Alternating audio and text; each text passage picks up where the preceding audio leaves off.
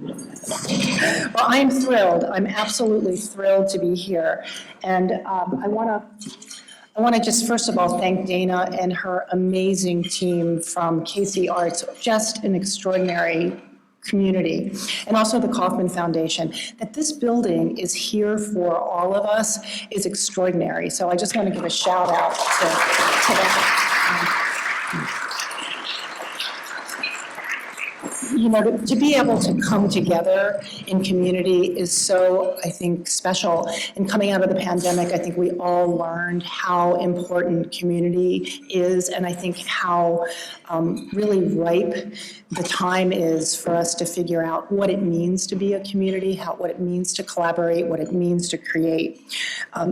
So I'm here today with Sam Garrett, who is a senior project manager for the Neuro Arts Blueprint. And you know, we've been excited to come for quite a long time. One of our colleagues, Andre Camp, was not able to be here because of illness. But when we got off the plane yesterday, both Sam and I sort of went, something's different. Like, what's going on in Kansas City? And, you know, we left very busy Baltimore, and we came into this sort of Zen space, this airport that really was so powerful. And then we started seeing all this great public art and sort of getting a sense of an induction into the community.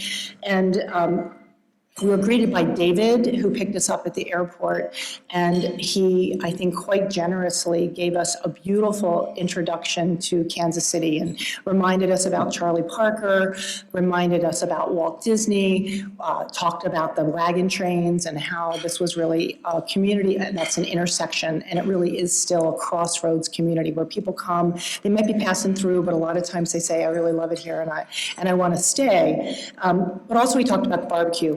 And and so I was like, David, what is the secret to good barbecue? And he thought about it, and he thought about it, and I thought he was going to say, you know, some special ingredient, and he said love.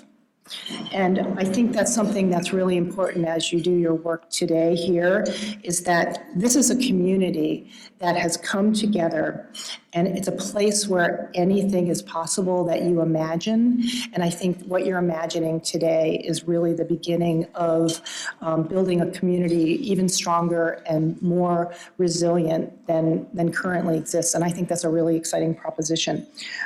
So today I'm wearing a couple of hats, but I am representing the Neuro Arts Blueprint most presently, and we're so proud to really be able to officially announce that Kansas City is one of the inaugural Neuro Arts Community Coalition partners.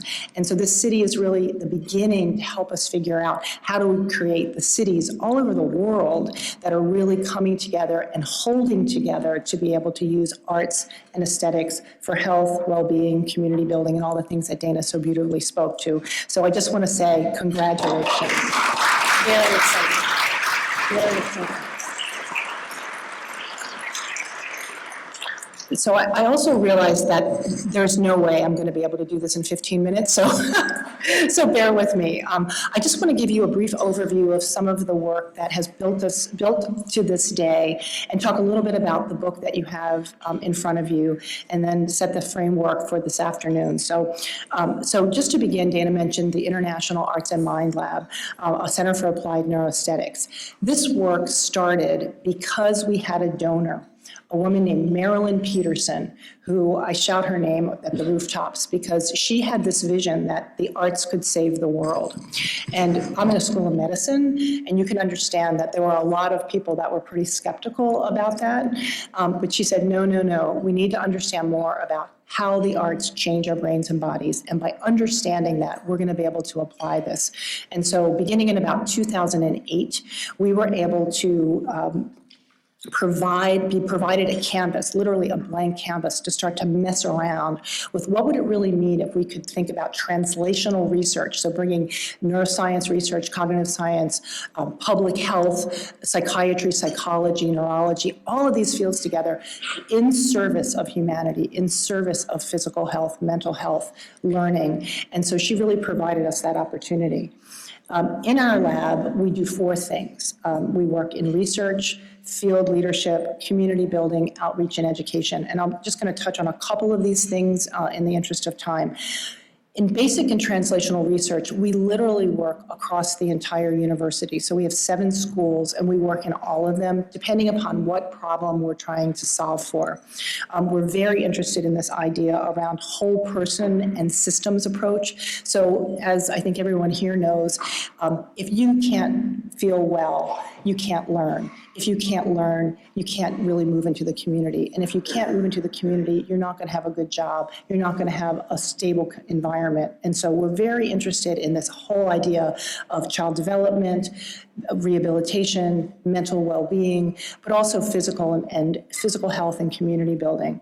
Around 2010, we realized that there was not an adequate model to be able to study the arts because they're so generative. And so we knew that it needed to be interdisciplinary. We knew there were some interesting theories of change and models in education, and also thinking about the scientific method in medicine.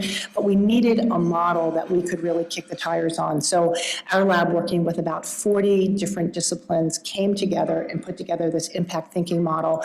And it's basically a 9-step spiral that starts with really trying to think about what problem you're solving for through the lens of the arts and aesthetic experiences.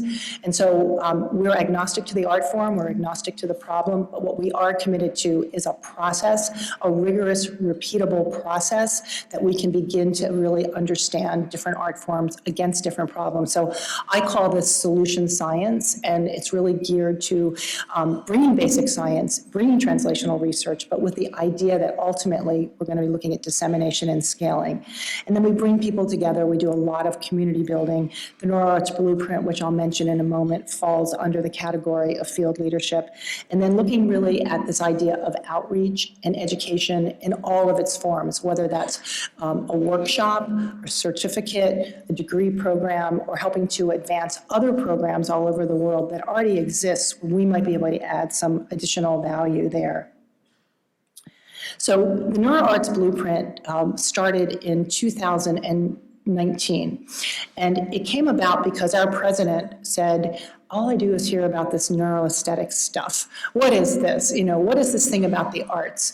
And so I said, well, it's everywhere. It's everywhere. We're hearing from people all over the world about what's happening in different countries for different problems, in different art forms. But and there's a lot of research, but the research really hasn't been codified from a basic science or a public health point of view or outcome measures. So we said, well, why don't you go on down the street to the Aspen Institute? And so brokered through Andrea Camp, who was not able to be here today, we met with Ruth Katz, who is the head of the Health, Medicine, and Society program at Aspen. And Aspen, if you know anything about them, they have worked in since World War II, thinking about intractable problems, trying to really bring people together from all over the world to address really big issues. And they've always had arts as part of their mandate and their mission because they believe that the arts were another way to really share complex information that maybe sometimes words couldn't. And so we forged this alliance between Hopkins and Aspen called the Neuro Arts Blueprint. And the idea was to really think about a North Star. And so our goal is to ensure that the arts and the use of the arts in all of its many forms become part of mainstream medicine and public health. So think clinic to community to business leaders and civic life.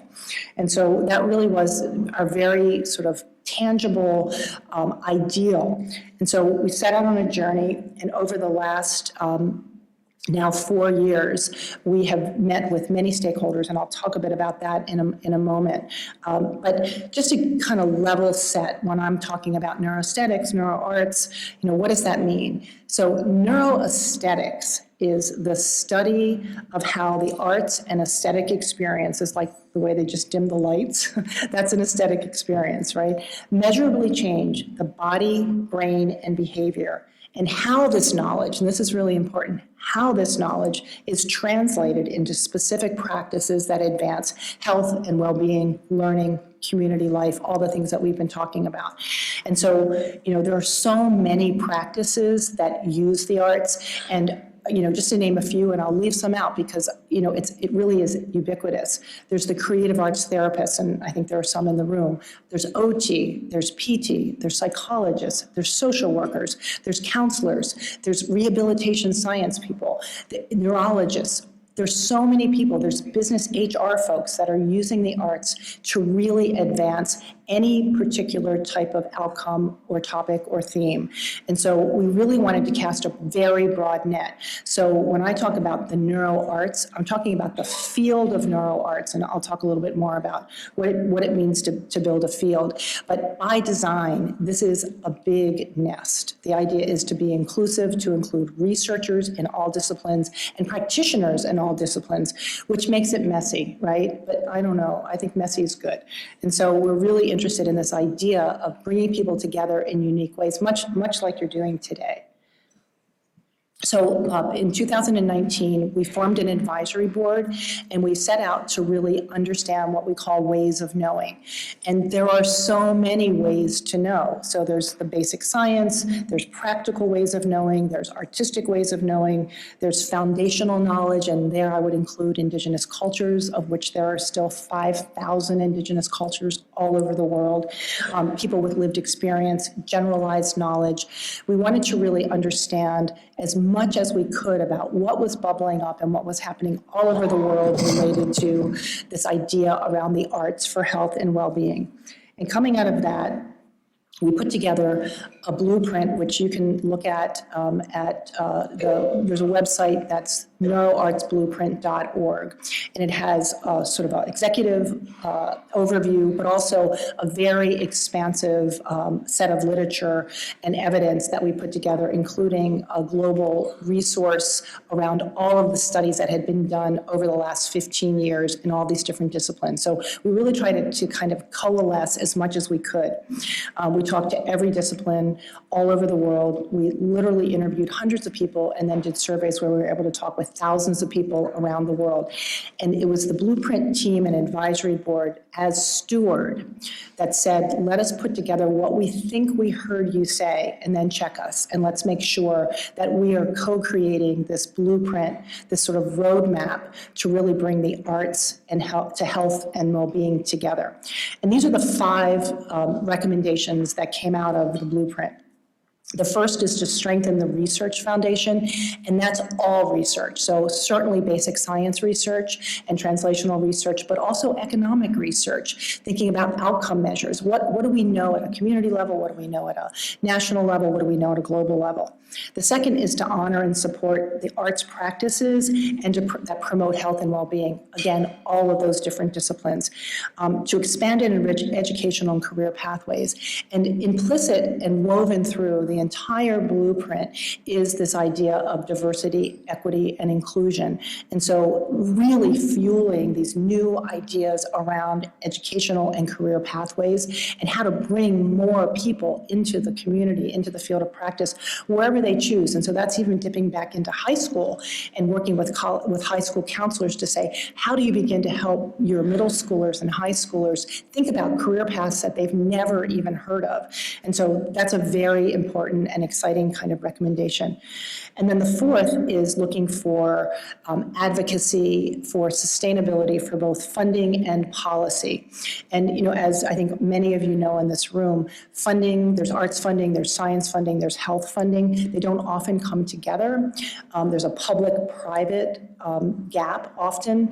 And the idea is, how do you begin to bring this knowledge, this new ways of knowing, to funders and policymakers at a local, regional, national, global level where we can really have sustainability? And that's been an ongoing theme throughout this work. It's how do we really disseminate, but how do we really create scale?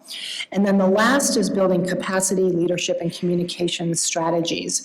And primarily, for the most part, what we have done in our field, in our lab, and I think with all of the professionals, is work with each other. So B2B, we talk to researchers, we talk to practitioners, we maybe talk to community organizations, but we really have not talked to the general public, right? And that's a sort of unknown. And so as part of the work that I've done with the blueprint and also with the lab, I really had wanted to think more deeply about general public readership. And so that is where the book that you have on the table, which is really weird to see, Your Brain on Art, How the Arts Transform Us, really came into being. And so this is the first book that was really designed for sort of the man on the street, the woman on the street, people that don't know about science, that don't know about how the arts might be valuable to them, or if they do, nobody has named it. And I think that was also a really important piece here, is that we really wanted to validate what people were already doing, making the invisible visible. And so I co-authored the book with Ivy Ross, who is the vice president of hardware design at Google. And you might think, oh, that's a really weird combo. But as it turns out, Ivy has been a designer and a creator for companies all over the world. She was the head of girls products at Mattel. And I knew about her when I had started a company in 1988 called Curiosity Kits, which were hands-on learning materials for children in arts, sciences, and world cultures. And I was watching how she was building teams, and I was watching how she was thinking about archetypes. And so she was the person that gave Barbie sneakers, which I thought was really cool. And so I reached out to her from the lab, and I asked if she'd be interested in being part of our Luminary Advisory Board. And I reached out to her on LinkedIn, and this was sort of a cold call. And she wrote back and she said, yeah, I'm really interested in this. I really believe that the arts change us, much like Marilyn Peterson. So we scheduled a half-hour call. It turned into a 3-hour call. And she invited my husband and I out to meet with her and her family. And I was telling her about the blueprint. We were just getting started. And she said, I would love to host a first gathering for the blueprint.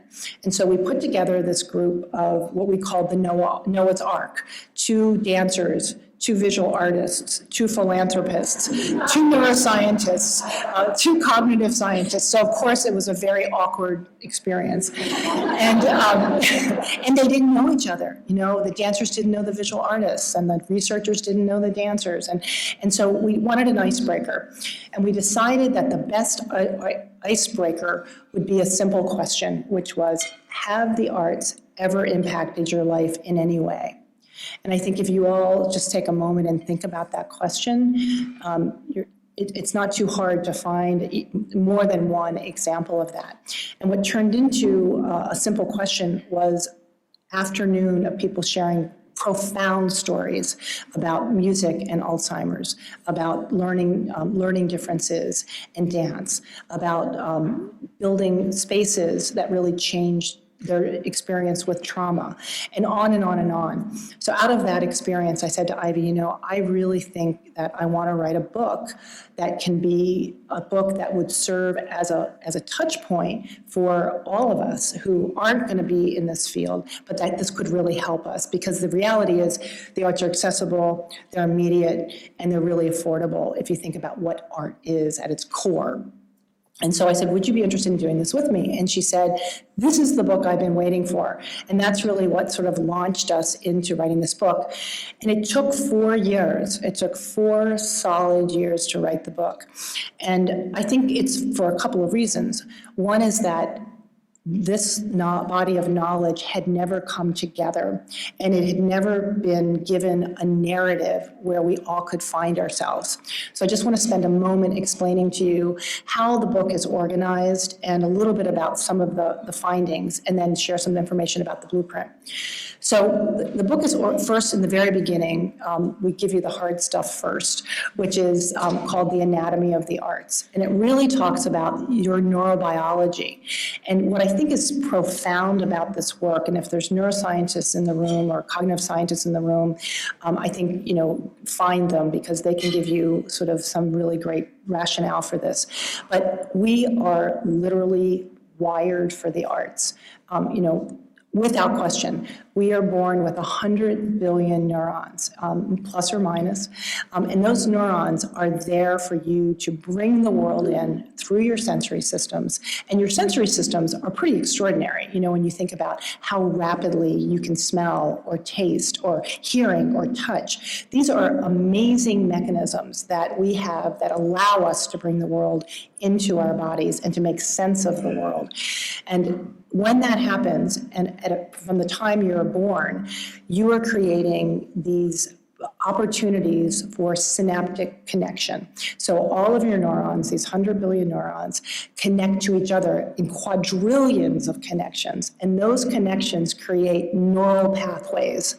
Those neural pathways go all over your brain, and they ignite all the parts of your body. So literally everything you do, think, feel, move happens because those neural pathways are being built, they're being modified, they're being sculpted, they're being connected to other neural pathways all over your brain. And when you're using arts and aesthetics, those arts and aesthetics are activating multiple systems in your brain simultaneously.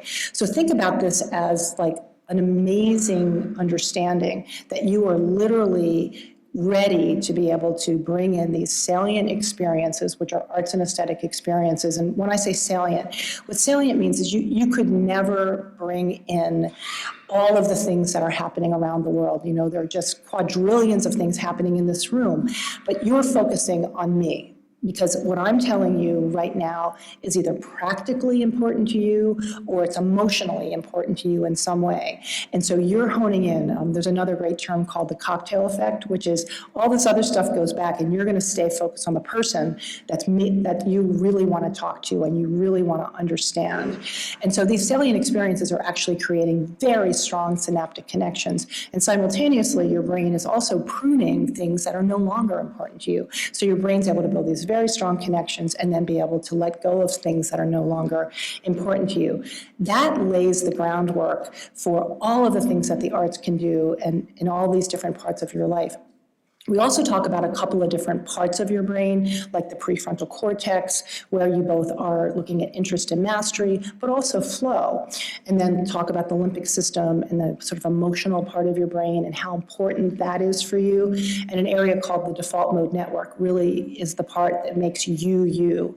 It's called the seat of self, and it's that place where you mind wander or daydream, but it's where you decide what is beautiful, what you like and don't like. So when you think about your own experiences, your family's experiences, your community's experiences, your culture, that's all going to be different based on where you come from, your genetics, your life experiences, all of those things.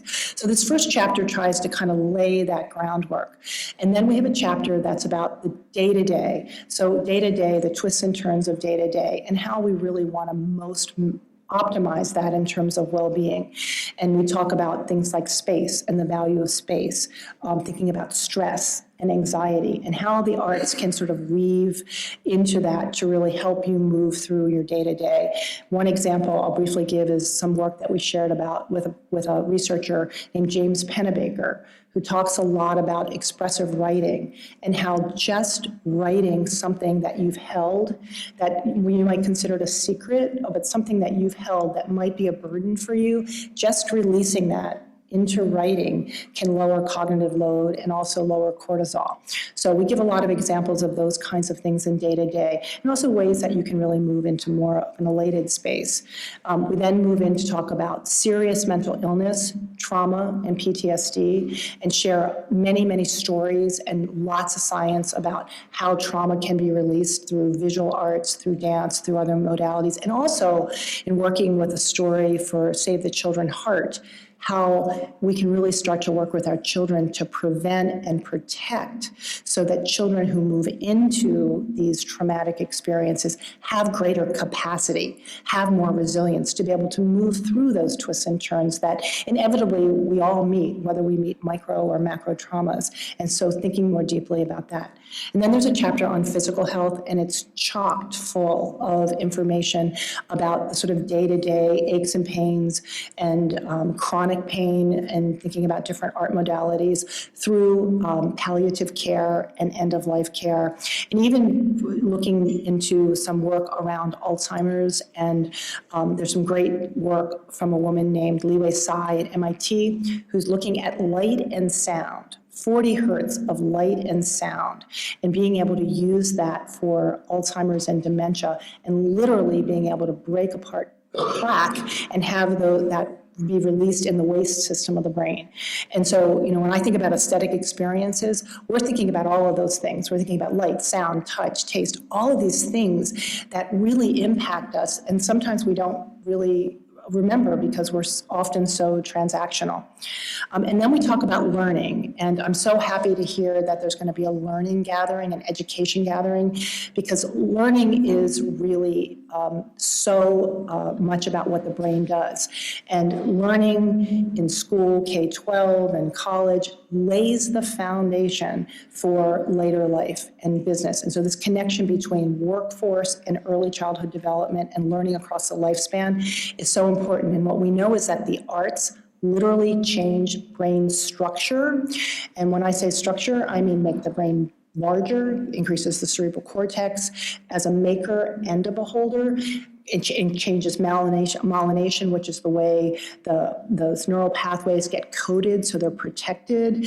So there's a number of physiological changes that happen when you're learning through the arts, along with executive function, self-regulation, collaboration, creativity, all of the things that we know are really important. But the physiology and the neurobiology of that is so essential.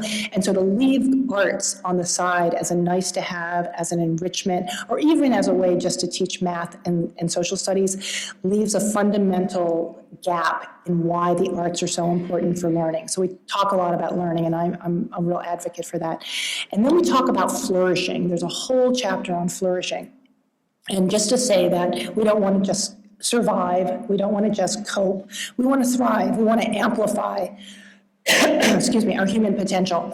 And so this is a whole chapter about awe and wonder and curiosity and creativity, and how do you build the muscle for that through the lens of the arts. And then we have a chapter on community building. And I just want to share one story. I was able to meet with E.O. Wilson, who is an evolutionary biologist. He passed away several years ago, but he talked about this idea that we are human because of the arts, because of our ability to dance, to tell story, to draw paintings, to find spaces where we felt safe. And so in this chapter, we really talk about the fundamental underpinnings of the evolutionary biology of what it means to be in community and how to build community. And we have a number of examples of communities, indigenous cultures, but also communities that literally have co-created out of nothing a community that's vibrant and strong, that helps each other and protects each other. And then the last chapter is called The Art of the Future, and it really looks at technology. Technology as diagnostic technology, technology as intervention, technology for scaling, technology for immersion.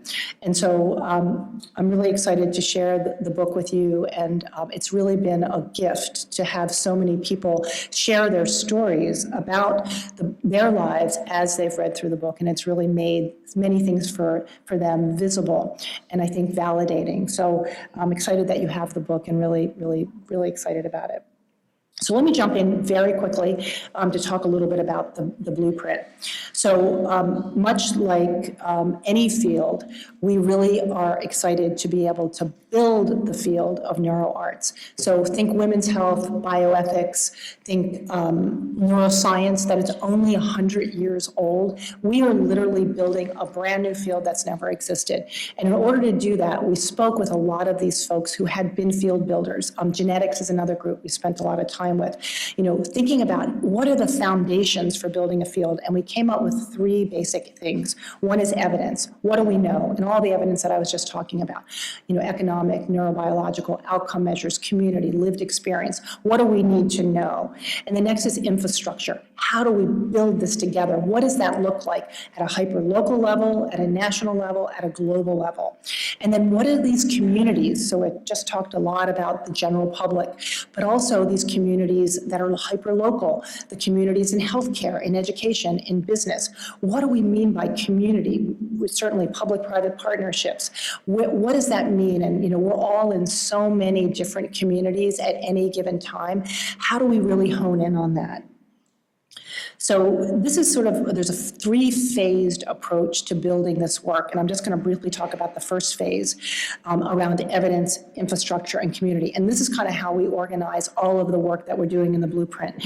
The first is really looking at evidence, and we've already done one economic analysis to try to build a model to show the return on investment of the arts, and we did it with looking at dementia and singing. And what we found was that there was a 3-to-1 return on investment when you brought singing into a community that was using it as their as value.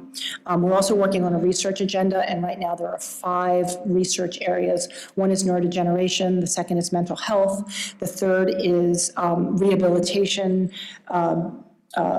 child development, and this whole idea around well-being, and what does it really mean to build a well-being community. And so we'll be doing a number of things in this evidence-based space. In the infrastructure space, why we're here today is really being able to build up this idea around community neuro arts coalitions. And we'll also be lifting up academic research consortiums over the next year, where we're bringing communities of practice, academic research universities all over the world together who are researching, who have education, and who have outreach. So we start to be able to build another circle of influence around how we continue to build this out and create sustainability.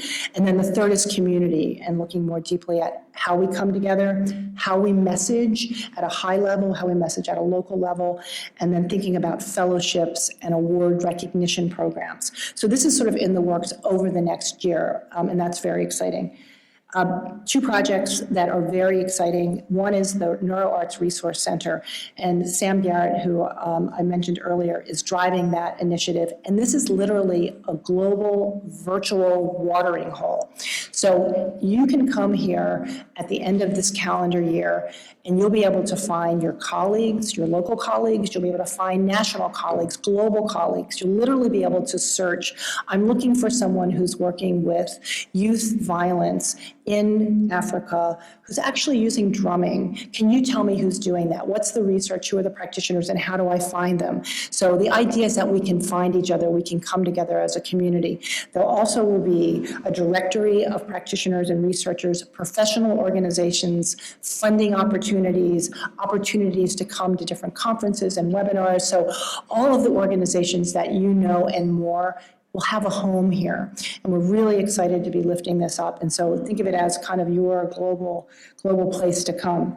And then at a hyper-local level, we are building the community neuro arts coalitions. And as we're so happy, Kansas City is one of 2 inaugural programs. The second is in Palm Beach, Florida, and they are doing very similar work, and the 2 communities will start to work together. Our plan is to have 5 inaugural programs by the end of the year so that we can really start to build this out, both in thinking about technical assistance, about who should be around the table, who isn't around the table and needs to be around the table, what kind of toolbox we really need to build to be able to lift this up. And I was saying to someone earlier that already we've had over 150 communities around the world self-identify as either communities of practice that are already existing or want to build a hyper-local community of practice around a community neuro arts coalition. So we're really excited about all the work that's happening at the World Health Organization level, but also with One Nation, One Project, which is an amazing program that's already been lifted up in the United States, and many other things that the Americans for the Arts are doing. And so there's so many intersections where this community neuro arts coalition can lay the foundation, but then also really set it up so that it's sustainable. And I think that's super important. So final slide, and in closing, there were 5 takeaways that the book, Your Brain on Art, sort of have identified over the last couple of months. And I just wanted to share these with you as you move into your groups. The first is that we have the proof. We have the proof in lots of different ways of knowing. The second is that there is an art for that. And pick a topic.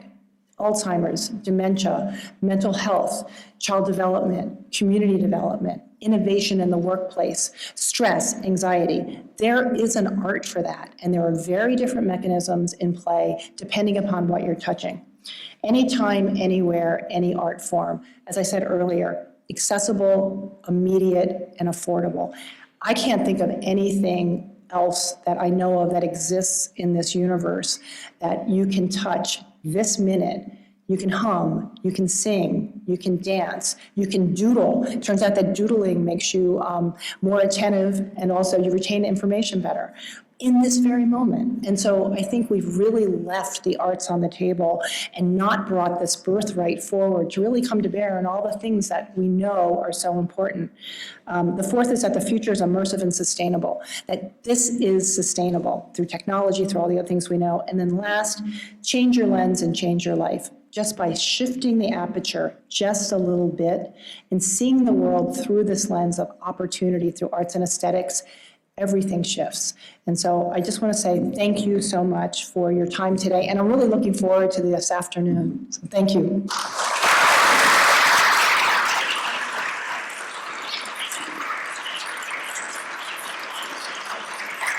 I know that I've talked with a few folks that have questions. I'm happy to lead this off, but I'm going to just immediately toss it out to you to see if anyone wants to be the brave one to ask the first question. James. Hang on. Wait. I want to hear it.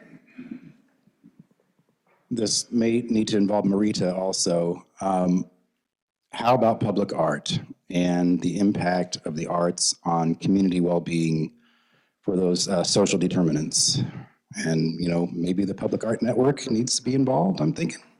Absolutely, absolutely. And I think that's really essential. I mean, we've seen such beautiful work in communities and really bringing communities together and bringing communities back, right, where the public art has really helped to create. I talk about this idea of art creates culture, culture creates community, and community creates humanity. And I think what you said about public art is at the heart of that.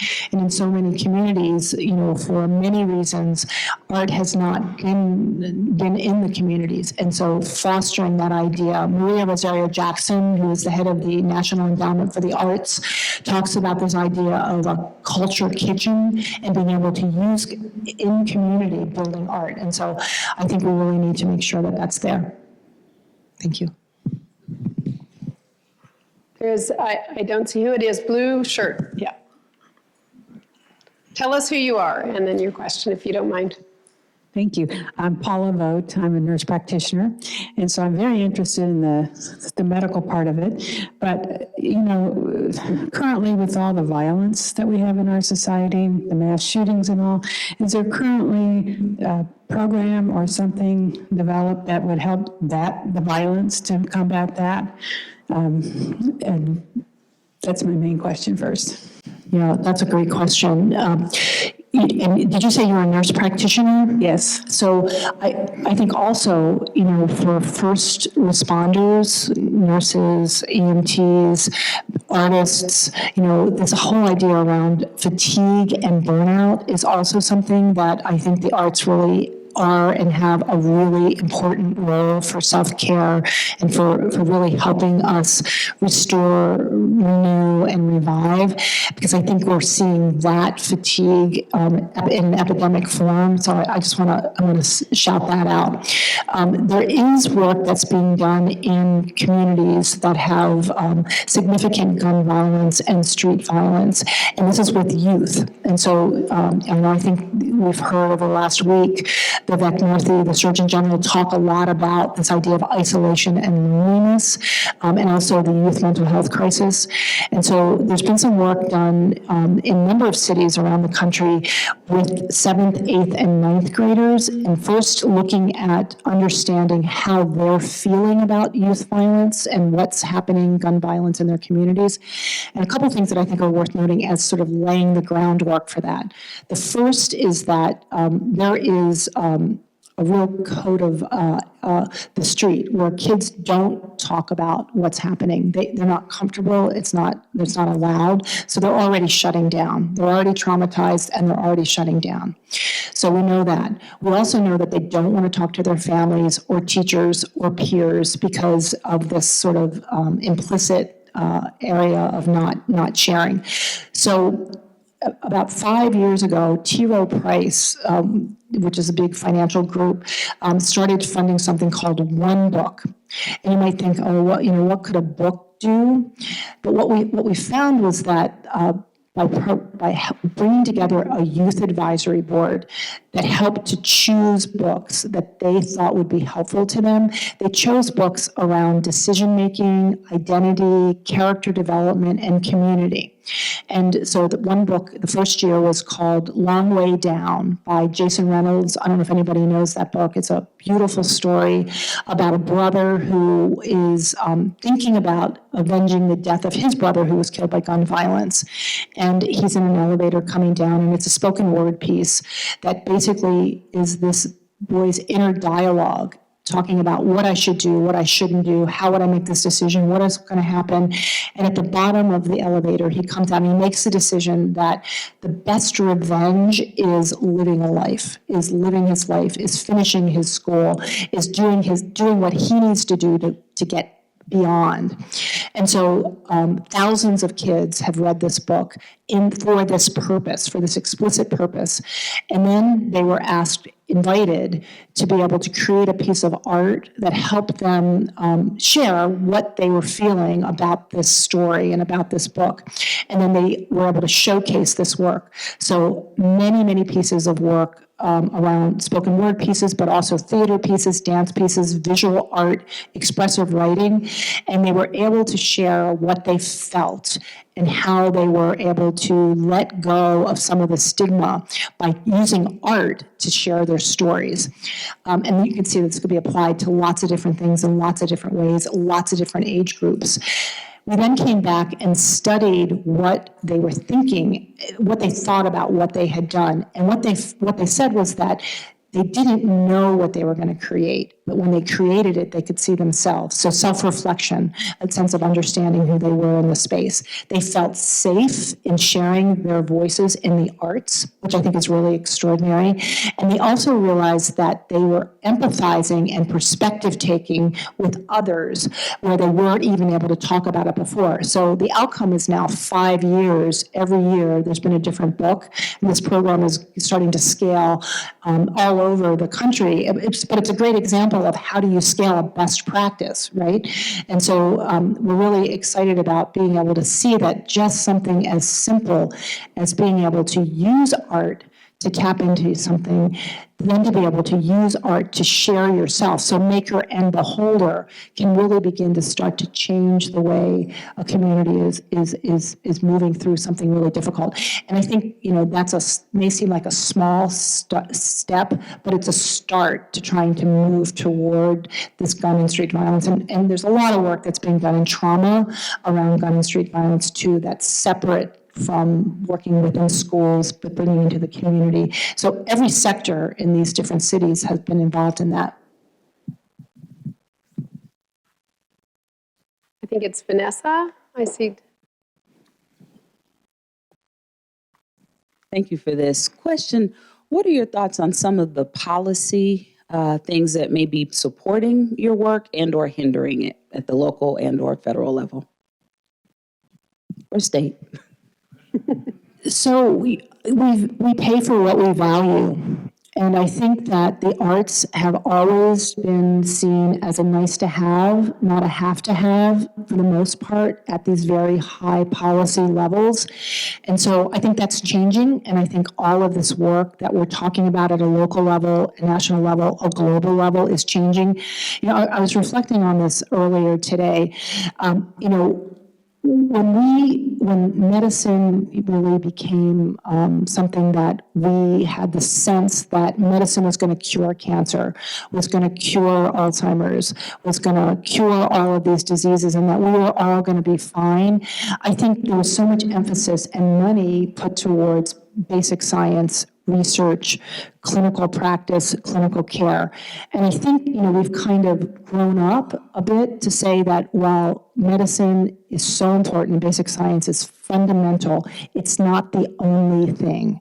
And that the work of being of the arts and aesthetic experiences is equally as important as this basic science and other work. And so I'll just give you a number. We spend $3 billion at the federal level to solve Alzheimer's. The NEA's budget is under 200 million, and we spent very little bit of money towards all of the work that's being done all over the country to really think about arts and health and well-being. And so, you know, the scales are really out of tune. Yet we know that the return on investment is something as small as singing and Alzheimer's can be a 3-to-1 return on investment. We're now doing an economic analysis called true value. And true value is not just looking at the patient's outcome measure, but it's looking at the family, the society, lost jobs, lost hours, mental health issues for the healthcare workers. And we're predicting that that's going to be a significantly greater return on investment. So I think there's a lot of work to be done at the local and the regional and the national global level. And it's not just public money, it's also private public partnerships. So thinking about the role of the workplace and thinking about education, thinking about how we think about how we care in communities and bringing all of that work together, I think is really really important. And, you know, the blueprint, the number 4 recommendation is policy and funding. And I think it really is important to bring all these other pieces forward. We need more research. We need more education. We need more ways to communicate, and we need policy and funding. Okay, I think we have time for maybe 2 more. I'll go in the back. Hannes. Hannes Zacharias, thanks very much for coming to Kansas City. Appreciate it. This is kind of a tangential question to a point. Henry Kissinger on his 100th birthday was asked what concerns him the most, and he said artificial intelligence from a global environment. My question to you is, what are your thoughts about the intersection between arts created by humans and artificial intelligence? I'm coming back to Kansas City, but I'm bringing larger pants.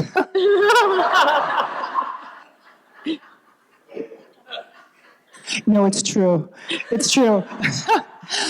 So Be brave. You know, yeah, be brave. Be brave. Yeah. So, I mean, technology. When I talk about the neuro arts, I talk about the intersection of technology, the arts, science, and health. And at that center is where neuro arts are. And so I believe technology needs to be in service of humanity, not drive humanity. And so, you know, we are at a crossroads with AI and all of the other types of technological advances where I think humans need to make a decision about digital literacy, about how we use technology. I mean, I love that you said put your phones away if you can. I mean, like many things, our reward systems are engaged by technology, right? And so we're going to need to really think about how and when we use technology and when it can be in service. So I know the reason that we know a lot about brain health is because of the non-invasive ways we can get inside our heads, right? We need to understand that. I also know that from an intervention point of view, virtual reality, AI, immersive experiences are igniting our sensory systems in ways other things haven't. And so this blending of arts and immersive technology, I think is going to be really interesting. We're now learning that we probably don't have 5 sensory systems, but probably more like 50 that we're really trying to understand. So what is the human capacity? How do we amplify our potential when we think of technology to support us? But we're creative. Technology is never going to be creative. It's never going to be imagining. It's never going to be connecting us. And I think it's our responsibility and our obligation to learn how to communicate with each other, to create with each other, and to use technology in service of that. So, I mean, it's cautionary for sure, and I think we could make some bad turns, but that's where I think we have an opportunity to really think about what it is that we do that technology can't. And it always comes back to creativity and imagination. Oh, let me tell you one more story. Somebody took the book and read it, was very moved by it, and decided, I just saw this yesterday, and decided to use AI to say, I love this book. It was really moved me. Could you create a piece of art that shows my brain on art?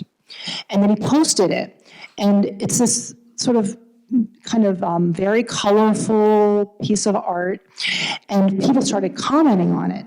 And people kept saying, it doesn't feel real, it doesn't feel human, it doesn't have emotion. And I thought that was really extraordinary. You know, it created a piece of art, but then the question is, well, is that going to move me? Is that piece of art really going to move me? And people just were, you know, crowdsourcing and saying, that piece of art's not moving me. I don't think it's reflecting what you really feel. Go further. And so maybe even as a cue to help you go further, that could be an interesting idea too. Okay, one more question. Okay, the round glasses, kind of blue jacket. Let us know who you are. Hi, I'm Christy Lesperance with Classical KC. I think through my conversations, I think there are several people here who are performing or applied artists or are presenters for the arts. And so you were talking about how the physiological and neurological changes that happen for both the beholder and the maker are beneficial. And I'm curious if they're in reference to the performing artists and the presenters, if there are measurable differences yet that can be seen between beholding and making. That's a great question. I do think that there are some intersecting benefits, whether you are a maker or a beholder. But just to talk about the beholders for the makers, the performers for a moment. And I think this is really sort of extraordinary, is there's been some great work done at University of Southern California on music in particular, but also in dance, in looking at what happens to brain structure when you are playing an instrument or when you're dancing, and there are literal changes in brain structure. So the cerebral cortex actually gets larger, there's more synaptic connection, there's greater neural pathways, so therefore there's greater reserve within the sort of neurological pathways and neurological networks. And I think that's extraordinary. So, you know, all of us should be both makers and beholders, and I would say even if you're not good at it, but for those of us that are really good at it, there is a preservation, a protection that really happens in terms of neuroplasticity that is so critical. And so I think we all need to be making more, but the makers who are really extraordinary have this additional, I think, protection that really is just now beginning to really be understood. The other thing that we've seen is that people that are performers and build these very strong neural circuits that become really excellent at something are able to turn off that critical part of your brain and move into the flow state much more easily. So cognitive agility, flexibility is so important, and you've learned that. And it transfers to other areas of your life. So you may be a great dancer, a great performer, or a great painter. Those skills of creative problem solving, of figuring out process, of understanding sort of self-reflection, they transfer into these other areas of your life. So that's a huge boon. You know, that's the holy grail for learning, is transfer. And so, you know, I think that's really, really exciting for the folks that are the beholders. I think two things that happen, and it's not exclusive to the beholder, is perspective taking, being able to understand the other, and also empathy. And I think this idea of empathy, which you talked about earlier today, is so important in being able to understand community and diversity and to do that without judgment. So, you know, empathy is really about lack of judgment and criticism, but really understanding. And so makers and beholders both do that, but beholders have the benefit of bringing in another world at a lower risk. And that was another thing that happened with the books, with this one book project, is that youth could try on other ways of being at a lower risk. And I think as beholders, we're able to do that too, whether it's in a theater setting or in a performance. We can put that on at a lower risk. And so there's a real value to that too. Excellent, excellent. Okay, I was signaled. We have time for one more before we break. Stacy.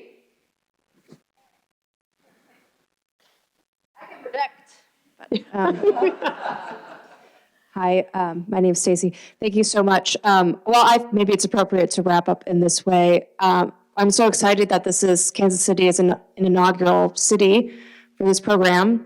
What are the action items for small organizations, arts organizations in Kansas City? How can we be a part of the directory? How do we be a part in general? Well, on the Neuro Arts Blueprint side, I will say that go to the website, sign up for more information. And if you are interested in there's a whole list of ways to get involved with the blueprint on the website. But if you're interested in any of those in particular, just write us. There's an info at neuroartsblueprint.org, and you're sitting next to Sam Garrett, who can absolutely get you involved. But on the resource center, everyone will be getting an invitation to literally create. So first of all, help us co-create and make sure that all the right things are on the website. You'll be getting a survey. Some of you will be in stakeholder meetings. But the idea is that everyone and every organization that would like to have a profile page will have a profile page. So you'll be able to share your work with everyone else, and we'll be able to connect you to each other through the sort of back end, which is another great way that I think AI and technology can really help us. So there's lots of opportunities to get involved and to really help to co-create this work together. And I will say from the Kansas City side, by being here, Stacy, you have begun. And we will have numerous opportunities, one in a couple hours, to just give us your name and indicate your interest so you can be part of the building of this coalition right here in Kansas City. Okay, I think that's wrapping up this phase. Thank you.